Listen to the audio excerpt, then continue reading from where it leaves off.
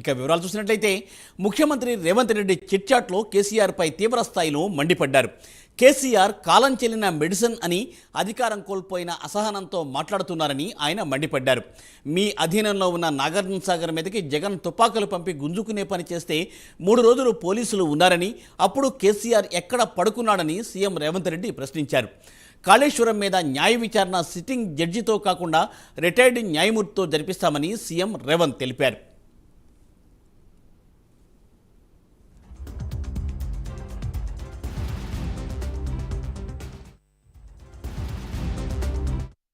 మరి దీనిపై మరింత సమాచారాన్ని మా ప్రతినిధి నాగేంద్ర అందిస్తారు. నాగేంద్ర. థ్యాంక్ యూ మూర్తి. ప్రస్తుతం బీఆర్ఎస్ చీఫ్ కేసీఆర్ను సీఎంగా కలుస్తానంటూ ముఖ్యమంత్రి రేవంత్ రెడ్డి చేసినటువంటి వ్యాఖ్యలు ప్రస్తుతం తెలంగాణ రాష్ట్ర రాజకీయాల్లో చర్చకు దారితీసాయని చెప్పాలి. మరొకవైపు కలుస్తానంటూనే మరొకవైపు కేసీఆర్ పైన ఘాటు వ్యాఖ్యలు చేశారు రేవంత్. ముఖ్యంగా కేసీఆర్ సాగర్కు సంబంధించినటువంటి అంశంలో, నీటి పంపకాలకు సంబంధించినటువంటి అంశంలో కానీ ముఖ్యంగా మరొకవైపు ఏపీ సీఎం జగన్ సాగర్ వద్ద 3 రోజుల పాటు పోలీసులను పెడితే కేసీఆర్ ఎక్కడున్నారంటూ కూడా ఆయన ప్రశ్నించినటువంటి పరిస్థితి కనిపిస్తుంది. ముఖ్యంగా దీంతో పాటు మరొకవైపు ఈరోజు గవర్నర్ ప్రసంగానికి మాజీ ముఖ్యమంత్రి కేసీఆర్ రాకపోవడం పట్ల సీఎం రేవంత్ రెడ్డి తీవ్ర స్థాయిలో తప్పుపట్టారు. ఇది రాకపోవడంతోనే ఒక్కసారిగా తెలంగాణ ప్రజలపైన, తెలంగాణ రాష్ట్రం పైన కేసీఆర్కు ఎటువంటి కమిట్మెంట్ ఉన్నదో అర్థమవుతుందంటూ కూడా ఆయన చెప్పినటువంటి పరిస్థితి. ముఖ్యంగా ఒకవైపు దీంతో పాటు మరొకవైపు బీఏసీ సమావేశానికి సైతం కేసీఆర్ రాలేదంటూ కూడా కేసీఆర్ రేవంత్ రెడ్డి కౌంటర్ ఇచ్చినటువంటి పరిస్థితి కనిపిస్తుంది. ముఖ్యంగా ఒకవైపు బీఏసీ సమావేశానికి కేసీఆర్తో పాటు మరొకవైపు కడియం శ్రీహరి ఇద్దరు పేర్లు ఇచ్చినటువంటి నేపథ్యంలో కడియం శ్రీహరి ఒక్కటే మాత్రమే హాజరయ్యారు. ఈ సందర్భంగా హరీష్ రావు సైతం హాజరయ్యేందుకు వెళుతున్నటువంటి సమయంలో అడ్డుకోవడంతో కొంత దీనిపైన అసహనం వ్యక్తం చేసినటువంటి నేపథ్యంలో దీనిపైన కూడా సీఎం రేవంత్ రెడ్డి స్పందించారు. బీఏసీ సమావేశానికి కడియం శ్రీహరితో పాటు కేసీఆర్ ఇద్దరు పేర్లు మాత్రమే ఇచ్చారు. కేసీఆర్ రాలేదు కాబట్టి కడియం శ్రీహరి ఒక్కరే ఉన్నారు. హరీష్ రావును ఏ విధంగా అనుమతిస్తారంటూ కూడా ఈ సందర్భంగా కేసీఆర్ రేవంత్ రెడ్డి చెప్పినటువంటి పరిస్థితి కనిపిస్తుంది.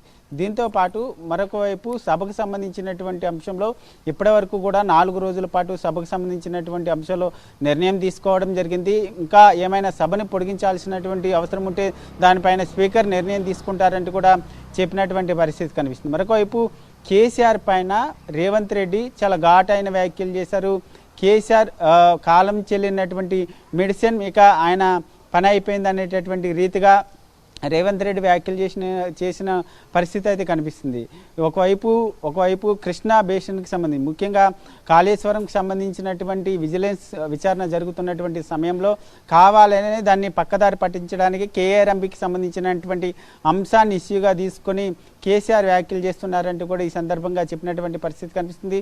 దీంతో పాటు కాళేశ్వరం సంబంధించినటువంటి దానిపైన సిట్టింగ్ జడ్జితో విచారణ చేయించాలంటూ కూడా కోరినప్పటికీ కాకపోతే రిటైర్డ్ జడ్జితో విచారణ చేసేందుకు సిద్ధమవుతున్నటువంటి అంశాలను కూడా ఈ సందర్భంగా మీడియాతో CM Revanth Reddy chit chat చేస్తున్నటువంటి సందర్భంగా ఈ వ్యాఖ్యలు చేసినటువంటి పరిస్థితి అయితే కనిపిస్తుంది. దీంతో పాటు మొత్తానికి తెలంగాణ రాష్ట్ర రాజకీయాలకు సంబంధించినటువంటి చాలా కీలకమైనటువంటి వ్యాఖ్యలు చేయడంతో పాటు మరొకవైపు ఏపీకి సంబంధించినటువంటి ఎంపీ విజయసాయిరెడ్డి రాజ్యసభలో మరొక 3 నెలల్లో తెలంగాణ రాష్ట్రంలో కాంగ్రెస్ కూలిపోతుందంటూ చేసినటువంటి వ్యాఖ్యలపైన ఆయన ఘాటుగానే స్పందించారని చెప్పాలి. విజయసాయిరెడ్డి నాన్ పొలిటీషియన్, ఆయన కౌంటర్ను మనం పట్టించుకోవాల్సినటువంటి అవసరం లేదంటూ కూడా ఈ సందర్భంగా రేవంత్ రెడ్డి వ్యాఖ్యానించినటువంటి పరిస్థితి అయితే కనిపిస్తుందని చెప్పాలి. మూర్తి.